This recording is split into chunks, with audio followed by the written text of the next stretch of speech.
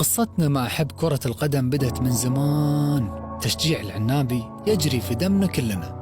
جمهورنا ذويق ويحب اللعبة الحلوة، عمره ما تأخر عن تشجيع منتخبنا وين ما كان. سنة 81 فزنا بفضية كاس العالم للشباب.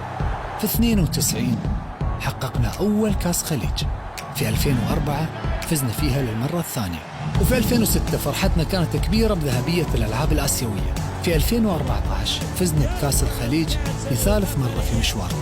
أغلى البطولات في 2019 والفوز بكاس آسيا. والحين نستضيف كاس العالم في بلادنا قطر كأول دولة في تاريخ الوطن العربي. إحنا العنابي، انتظرونا في كأس العالم فيفا قطر 2022 حصرياً على قنوات TVN سبورتس.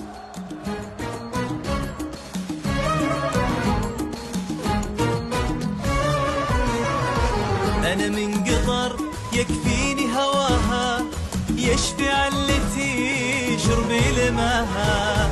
أنا من قطر يكفيني هواها، يشفي علتي